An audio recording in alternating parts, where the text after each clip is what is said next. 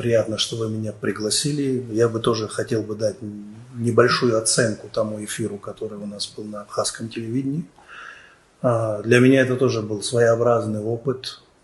Честно говоря, я планировал, что у нас будет более предметный разговор все-таки с людьми, кто курирует энергоотрасль, да, со стороны государства и так далее. Но, к сожалению, большому, что получилось, то получилось. Поэтому даже с учетом этого эфира, я думаю, что в развитии мы можем спокойно пообщаться и поговорить, ссылаясь действительно на цифры, на документы и на ряд каких-то вещей, которые, наверное, сегодня будут произнесены.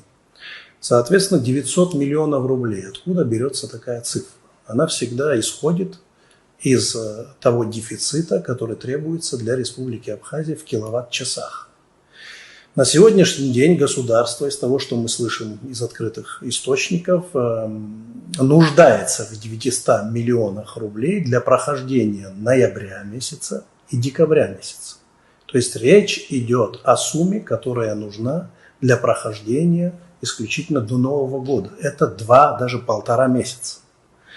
Но, к сожалению, большому почему-то не прозвучало в эфире, что уже в этом году тратились деньги еще на переток. Это был конец весны, и тратилось порядка 90 миллионов рублей. И речь идет приблизительно о перетоке в 25-30 миллионов киловатт-часов. То есть 900 или 930 миллионов рублей, я не знаю, сколько там они насчитали, по каким тарифам, это озвучивалось в парламенте, плюс эти 90 миллионов рублей, фактически миллиард рублей у нас нужно для того, чтобы мы прошли этот год. Но как только этот год закончится, у нас наступает следующий год. И в рамках следующего года мы слышали от властей, что существует некий социальный переток, то есть прямыми обычными словами это бесплатный переток, как они во всяком случае нам говорят, в 300 миллионов киловатт-часов. Для обычного слушателя я бы хотел бы сказать, что он же слышит часто в зимний период времени, когда холодная зима, что у нас потребление 9-10 миллионов в сутки киловатт-часов, 12, 13. Соответственно, если взять эти 300 миллионов киловатт-часов, речь идет о, если холодная будет погода, речь идет об одном месяце.